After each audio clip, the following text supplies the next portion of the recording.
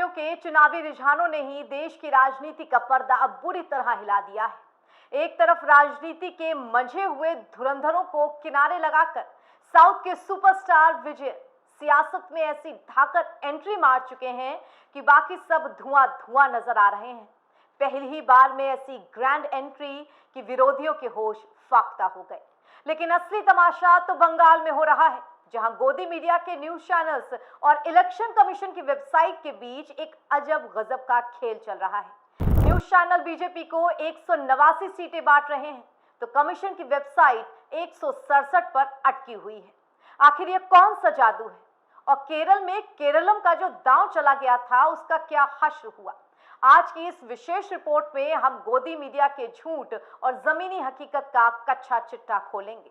नमस्कार, बहुत स्वागत आपका हेडलाइंस फोकस न्यूज में। आपके साथ मैं हूं ऐश्वर्या। दोस्तों, सबसे पहले बात उस सुपरस्टार की जिसने फिल्मी पर्दे के बाद अब सियासत के मैदान में आग लगा दी है। एक्टर विजय ने अपनी पार्टी तमिलगा वेत्री कड़गम यानी कि TVK के जरिए जो आगाज किया, उसने ये साबित कर दिया कि जनता पुराने चेहरों से ऊब चुकी है। विजय की रैलियों में उमड़ा जन सैलाब ये बताने के लिए काफी था कि उन्होंने न सिर्फ तमिलनाडु बल्कि देश की राजनीति में खलबली मचाई है। विजय की एंट्री ने उन लोगों के मुंह पर करारा तमाचा जड़ दिया है जो समझते हैं कि साउथ के सितारे सिर्फ पर्दे तक सीमित रहते हैं। विजय ने साफ कर दिया कि वो किंग मेकर नहीं बल्कि किंग बनने आए हैं। उनकी इस पहल ही ललकार ने बीजेपी और DMK जैसे बड़े दलों के पसीने छुड़ा दिए हैं।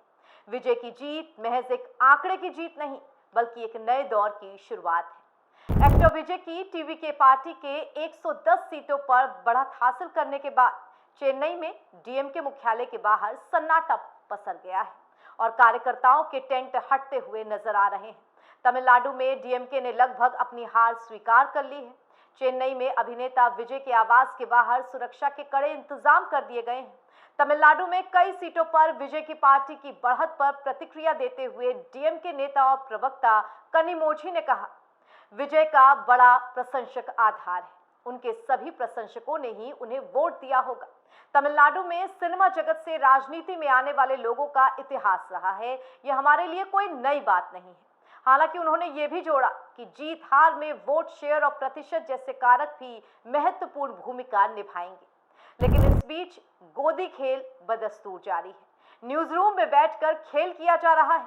बंगाल चुनाव के नतीजों के बीच गोदी मीडिया और इलेक्शन कमीशन की वेबसाइट में जो फर्क दिख रहा है वो बेहद शर्मनाक लगता है। गोदी चैनल्स टीवी पर चिल्ला चिल्ला कर बीजेपी को 189 सीटें दे रहे हैं।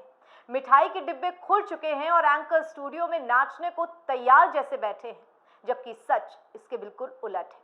हकीकत यह है कि बंगाल में कांटे की टक्कर चल रही है। शुरुआती रुझानों में बीजेपी को बढ़त जरूर है, लेकिन जब आप इलेक्शन कमीशन की ऑफिशियल वेबसाइट को खोलते हैं तो वहां आंकड़ा 167 यानी कि 167 सीटों पर सिमटा हुआ नजर आता है।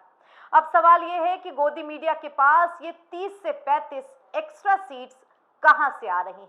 क्या इनके पास अपना कोई निजी चुनाव आयोग है या फिर सीटें न्यूज रूम के किसी अंधेरे कोने में बैठकर मैन्युफैक्चर की जा रही हैं? ये सीधे सीधे जनता को गुमराह करने की साजिश है ताकि फर्जी माहौल बनाया जा सके। जब आयोग खुद ये कह रहा है कि गिनती जारी है और वास्तविक आंकड़े कम हैं, तो ये चैनल्स किस आधार पर जश्न मना रहे हैं? ये पत्रकारिता नहीं बल्कि सत्ता की चाटुकारिता का चरम स्तर है। केरल की सियासत में भी इस बार एक बड़ा उलटफेर देखने को मिल रहा है। सत्ता पक्ष ने केरल का नाम बदलकर केरलम करने का जो इमोशनल दांव खेला है वो बुरी तरीके से फेल साबित होता हुआ नजर आ रहा है। जनता के नाम बदलने की राजनीति के बजाय काम की राजनीति को तवज्जो दी जाए, ऐसा जनता मानती है।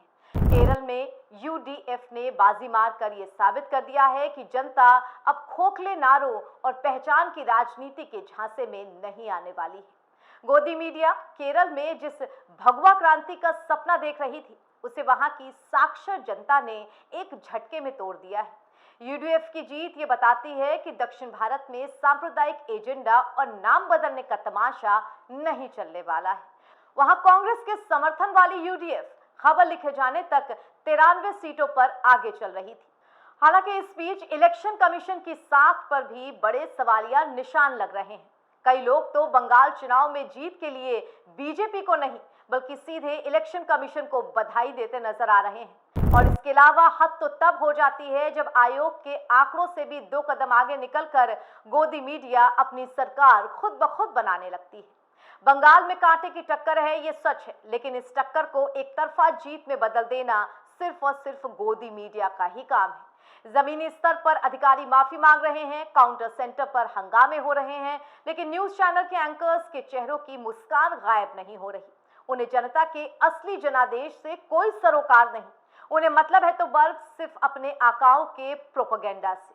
ये वही लोग हैं जिन्होंने 2021 में भी बीजेपी की सरकार बना दी थी, लेकिन जब नतीजे आए थे तो इन्हें मुंह छुपाने की जगह नहीं मिल रही थी। बंगाल की ये अजब गजब काउंटिंग और विजय की धाकड़ एंट्री इस बात के संकेत है कि भारतीय राजनीति एक बड़े बदलाव की तरफ अग्रसर है। जनता अब टीवी चैनल्स के एग्जिट पोल और फर्जी आंकड़ों पर यकीन करना छोड़ चुकी है।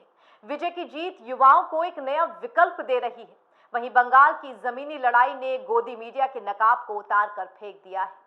दोस्तों, 4 मई के अंतिम नतीजे जो भी हों, लेकिन एक बात तो तय हो चुकी है, गोदी मीडिया ने अपनी साख पूरी तरह से खो दी है। एक्टर विजय ने उम्मीद की नई किरण जगाई है, जबकि बंगाल और केरल ने ये साफ कर दिया है कि हिंदुस्तान की जनता बहुत ज्यादा समझदार हो चुकी है। आपको क्या लगता है, गोदी मीडिया जानबूझकर इलेक्शन कमीशन से अलग आंकड़े दिखाता है?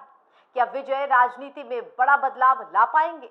अपनी राय हमें कमेंट बॉक्स में जरूर दें और हमारे इस एक्सप्लेनर में फिलहाल इतना ही। देश दुनिया की तमाम खबरों के लिए जुड़े रहिए हेडलाइंस फोकस न्यूज के साथ। नमस्कार।